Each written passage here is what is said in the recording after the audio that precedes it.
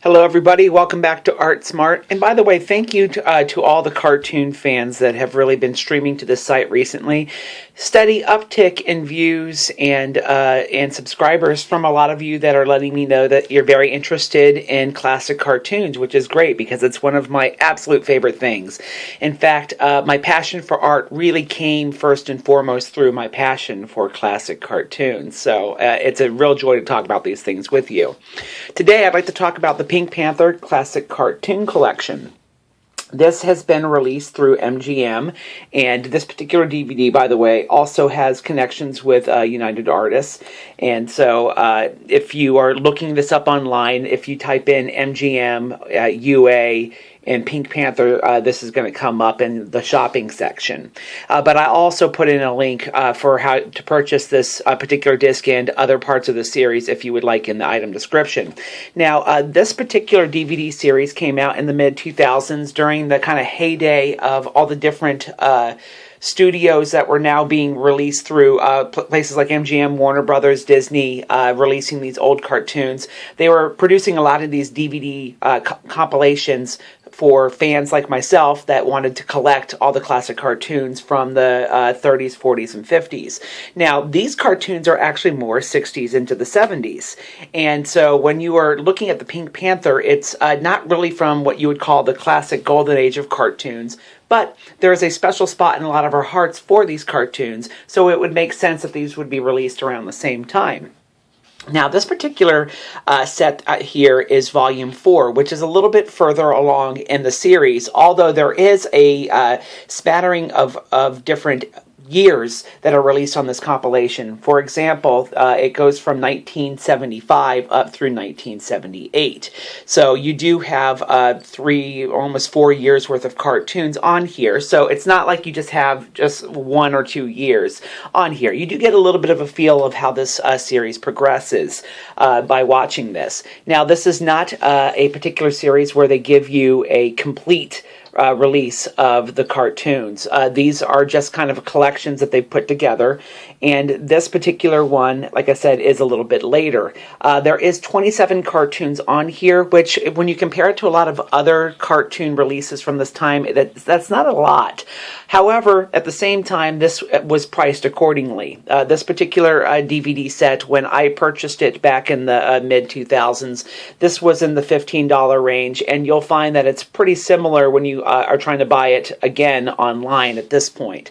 So for about 15 bucks, 27 cartoons isn't awful, but compared to some of the competitors, it's not great.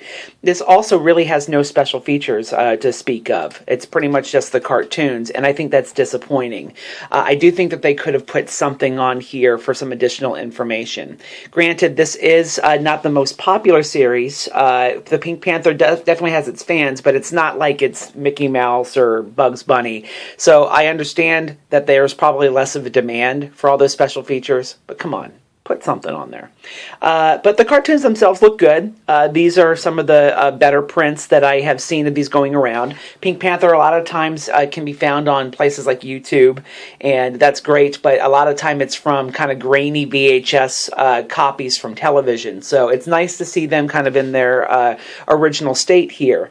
I do think Pink Panther is a cartoon series that has just been overlooked over time because they while these are not fantastic cartoons individually, the series on the whole holds up pretty well. They did a pretty good job of using pantomime in these cartoons. Pink Panther, I think, is far away the best cartoons from the 60s and 70s, which isn't hard competition because there wasn't a whole lot of great cartoons at that time.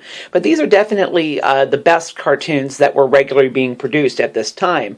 And I think that the use of that recurring theme, the Pink Panther theme, with sometimes a little bit of a jazz influence coming in during different parts, just makes it feel cool, and it makes it feel very of that age.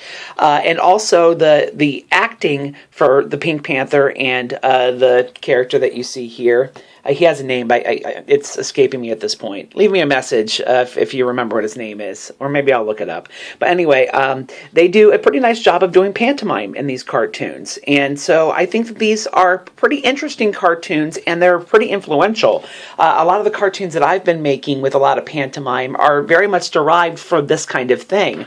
Obviously, I'm also looking back to places like Warner Brothers that had pantomime cartoons before, and Disney as well. But these cartoons definitely have a strong influence on people like me that are creating cartoons today that are trying to be relatively simple and stylized, utilizing the fact that we don't have tons of money.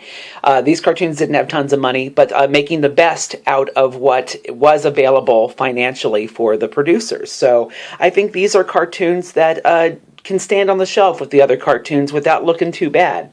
So would I buy this particular series? Yes, but I really think, though, that you should probably wait for a deal. Buying them for the $15 to $20 range is probably a little high, considering the fact that you're not getting tons and tons of cartoons without any special features here. It's worth having on the shelf, but I would maybe shop around a little bit and wait for a deal. Hopefully this makes you a little bit more art smart, and you'll continue to come back for more cartoon commentaries and DVD reviews. Bye-bye.